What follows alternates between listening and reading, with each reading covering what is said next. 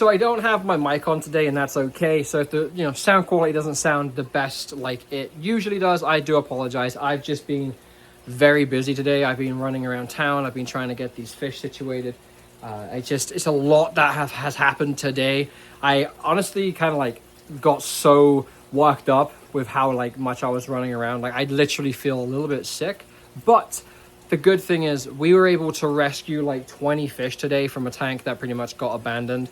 The backstory for it, I can't get into it. I don't like talking about people's, business, but I won't get into it as much. But I'll tell you that obviously this person had a ginormous 250-gallon fish tank.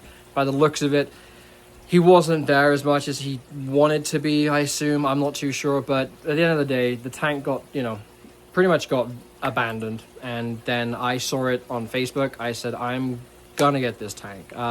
The lady was actually the one that recommended that we should go get it. She likes doing, good things. And I think from us taking these fish from like a bad situation, knowing full well on this channel and in this fish room, they're going to live a fantastic life. So today is actually been a pretty wild day, I'm not gonna lie to you. So we found a tank, me and my buddy did, he's outside, but he's helping. So we found this tank on Facebook, right? It's a 250-gallon, it's 6 foot by 3 foot by, I think like 20 something tall, I'm not too sure. But this is gonna be the Vahaga Puffer's permanent home. The crazy thing about it, we showed up, right? And he just handed me a key to this house and was like, all right, here you go, drain it. I got an appointment to go to. So I'm here draining it. We've got all the fish out. We actually have like a pretty decent selection of fish. There's like a giant ass catfish in there. There's a couple of other like cichlids, peacocks, one of those horrible fat like orange ones that nobody likes. And now we're just pretty much waiting for this to drain, and it is insanely heavy. So he pretty much just left and just gave us the key for the house and was like, here you go, boys, like start draining. So we're currently draining it. I don't think we forgot any fish in here, but we shall see. I would definitely say the stand doesn't exactly look the strongest to hold about 1,000 pounds of water, say. So we'll probably have to rebuild or restructure the stand itself and maybe then paint it black so it matches the tank, because it's a behemoth of a tank. Like this is pretty much almost half the size of gallon-wise as the 400-gallon that we built for the man cave downstairs. But it's almost done siphoning. Like I said, I literally got a sump in here for like your house that goes inside like a sump pump pit. So I might have to turn it on here in a minute because it's starting to kind of slow down on the draining, and I don't want to lift this water. Like I don't want to lift this tank with all this water in it. So $500, obviously, came with the FX4. Wouldn't mind this being an FX6, but it is what it is. Bunch of other stuff in here. I don't even know. It was just like a free-for-all. Bunch of rock, like heavy rock.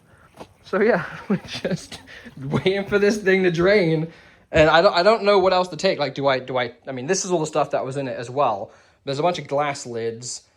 I guess I just don't really know like what to take. But the fish in here though are quite interesting. Like there's like a bichir eel, there's a little shark in there, bunch of cichlids, and then there's like this giant catfish, which I have no idea where those are gonna go. We have air inside the bucket from the tube outside. So everybody knows we ended up getting a Vahaga Puffer, and right now he is in a 29 tall. He has some driftwood in there, along with some Java moss and some other plants as well, which are doing very well. The root system is actually growing like absolute crazy. So the plan is, the 250 gallon that we just bought is for him, and he's going to be living the rest of his life in the 250 gallon. We're going to put sand in it. We're going to scape it to an extent, enough for him to feel more at home like he would in the wild. And the tank behind us on the floor, like I was explaining before, the lady worked on that and got the fish out of the truck while me and my buddy Sam were moving the fish tank and the stand. And this 250 gallon, the glass is literally like 3/8 thick. I'm not even kidding. It's so thick. It's about almost as thick as the birch wood that's on the 400 gallon.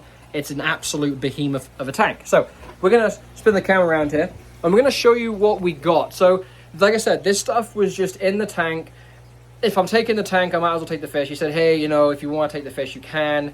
I was like, good, because if I don't take them, what's he gonna do with them? Where they're gonna go? I'm literally taking their home and I'm, moving it inside, my house. So we'll spin the camera around. I will say we have 1, 2, 3, 4, 5, 6, 7, 8, 9, 10, about 10 or 11 cichlids, which will obviously be going in the cichlid tank, which works out completely fine. We have a parrotfish. We have some sort of like catfish, and then there's another weird catfish too. We have a baby red-tailed shark in here as well. And that's pretty much it. But the catfish, I have no idea what I'm going to do with the catfish, but I couldn't leave it. I was taking the tank, I was taking them, you know, pretty much moving them and moving their home. So I was like, I'm going to just take them all, figure out where they go. Like I said before, the good thing is most of these fish are African cichlids, so I already have a tank set up with African cichlids in it, so that is okay. I just felt like I kind of rescued it because it was abandoned. This tank was disgusting, I'm not gonna lie to you. Worst tank I've seen in my life. I had to deep clean it tremendously, and I'm glad I did because it's all set up now. I just have to reseal it. I'm not too happy with how the seams look on the side, and if 1,000 pounds of water is going to be in my basement along with my 400 gallon, I want to make sure that a tank is going to be perfect. The stand is great. I reinforced it. I put more supports on it, you know, with the across and sideways. But anyway, enough talking. Check out the fish that we pretty much rescued from this tank today.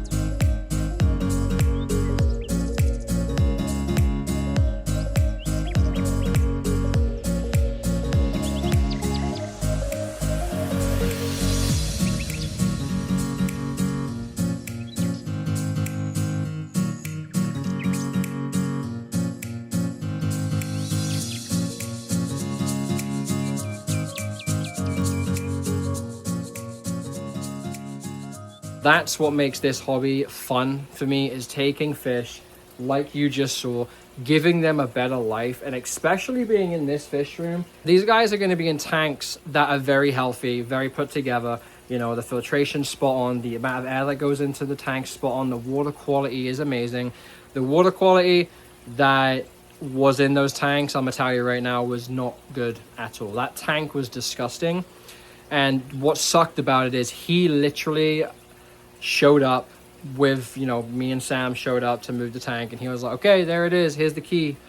That was it. The dude left. I'm not even kidding you. It was a very weird situation. So we went there, he met us on site. I gave him $500. That was for the tank, the filter, a bunch of other small stuff, and the fish. I thought it was a pretty good deal, first of all, because, you know, at the end of the day, I'm saving a bunch of fish and I'm getting a huge tank for our Fishkeeping, which was the main idea behind this. But the fact that we were able to rescue and help fish along the way, that is what makes it fun for me. I know I did a good thing. I took fish out of a bad habitat and a bad situation, and I'm going to be putting them in a very good situation. We saw that ad on Facebook. You know, my lady decided to hit me up and say, hey, you should probably go get this. And I'm like, all right, listen, if your woman's telling you to get a fish tank, just do it, because at the end of the day, it's a free fish tank, and it's a giant tank too. It's like literally 6 foot by 3 foot by like 21, I think.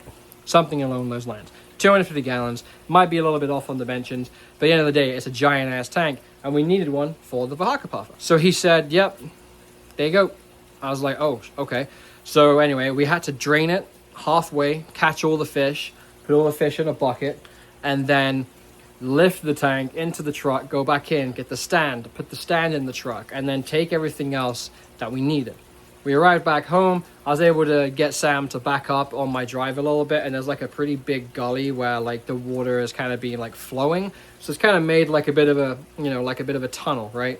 Like a half moon dent, I would say, along the drive. So I was like, just back it up, you know. So we tipped on its side. It had black, disgusting, gross, like gravel in it, and when you were washing it, the fact that it was turning clean water brown was insanely disgusting. That right there, you know for a fact that the tank was dirty. My hand was in it.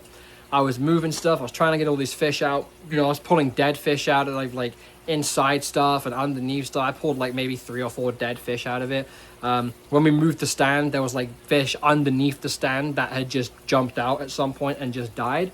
And it was just gross skeleton, dry fish. So anyway, we get home, we clean it, you know, we set it up, it's inside, and I'll take you in a minute after we're done talking about the fish that we rescued. If you know any of these fish and you know the species of them, please do me a favor and drop it in the comments. Please help me out, because I have never seen that kind of catfish before. It's like a black diamond catfish. It reminds me of a black diamond stingray, but it's a catfish. It's black, it's tubby, and I think it's gonna get massive. So I need to make sure that I make the proper adjustments here that's best for that fish. If that means putting it on Facebook saying, hey, I rescued this fish, it's free to a good home, please come and take it. Please provide details and let me know if you have tanks that are suitable for this fish. That way I can make the proper, you know, moves. I have a 400 gallon inside, and I know catfish are a bottom feeder, so they shouldn't mess with the arowana too bad, because the last thing I want is putting a giant catfish, well, small catfish at the time. I mean, right now I think it's like maybe like this big, right? Like, you know, like this big.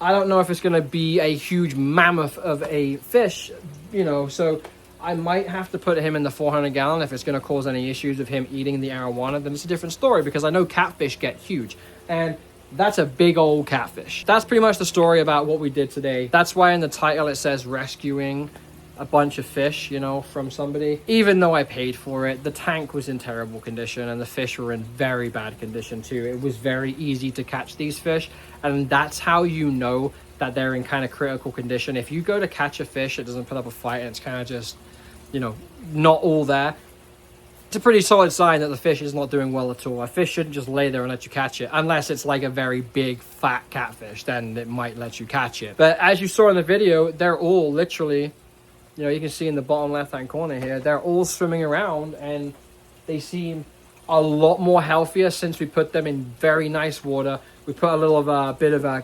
mealfex, I think it is, something with like bacterial infections, sores or cuts or anything like that damageable on a fish. This stuff will actually like cure it, you know, kind of clean it, make sure nothing bad can get in it and kill it from the inside out and cause parasites. So that's why the water is very foamy, is because the lady did go ahead and do a very solid thing, and that was put a little bit of stuff in the water so they can, you know, cleanse of all the bad bacteria that was possibly in that tank. Speaking of bacteria as well, we did get a FX4 with this. So we got the 250 gallon fish tank. We got the stand, which I did reinforce. I did put more 2x6s around it, so it had a lot more down pressure on top of the 2x6s that then transferred to the floor, and I put a surrounding 2x4, you know, around the floor too. So I know it's going to be solid. I know the 250 gallon was on that bloody tank stand anyway. I just wanted to be a bit more like thorough, and you know me, I build my tanks to, you know, hold houses. So I wanted to make sure that we went ahead and you know, installed the proper supports for that 250 gallon, because it is 1,000 gallons. It's a bloody heavy tank, you know.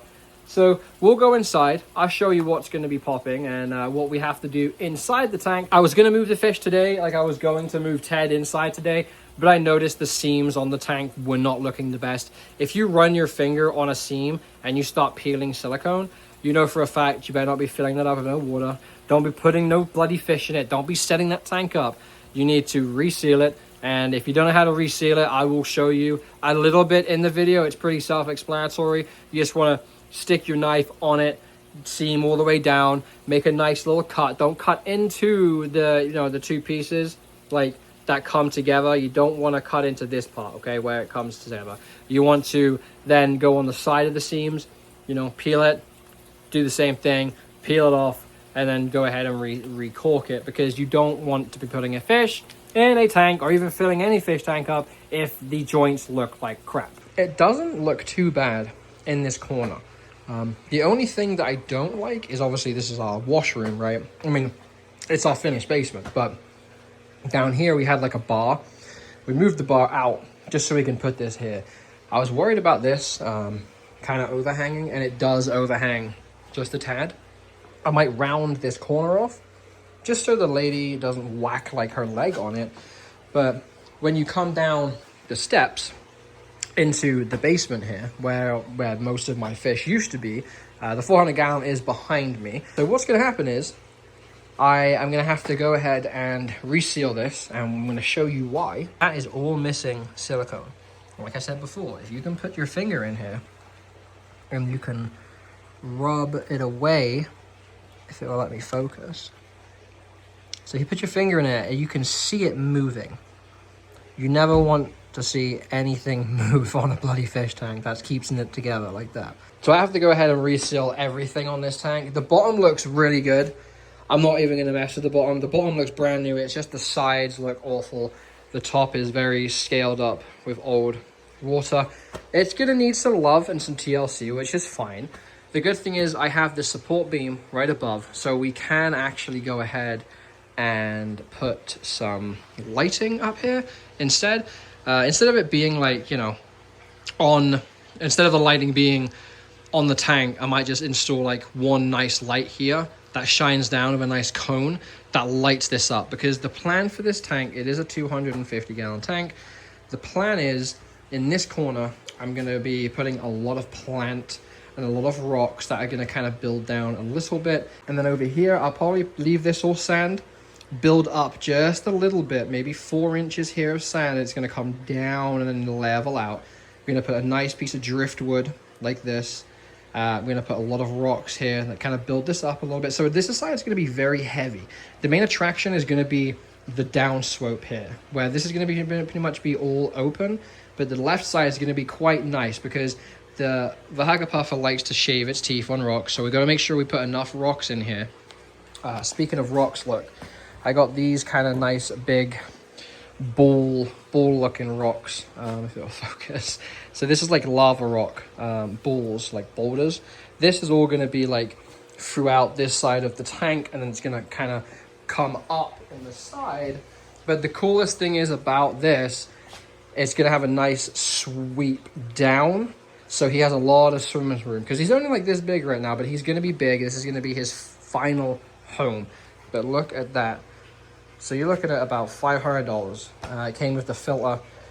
I had to do some structural repairs on it, because if I pop this open, you'll see 2x6 right there, 2x4 there, 2x4 there, 2x6 there, 2x6 there, 2x6 there, and then another 2x6 right here. So we definitely did a lot of structural like upgrades on it. I'm gonna have to like wash this and make it look nice, because it's kind of ironic. It's almost the same color as the walls down here in the basement. So this is a super cool addition.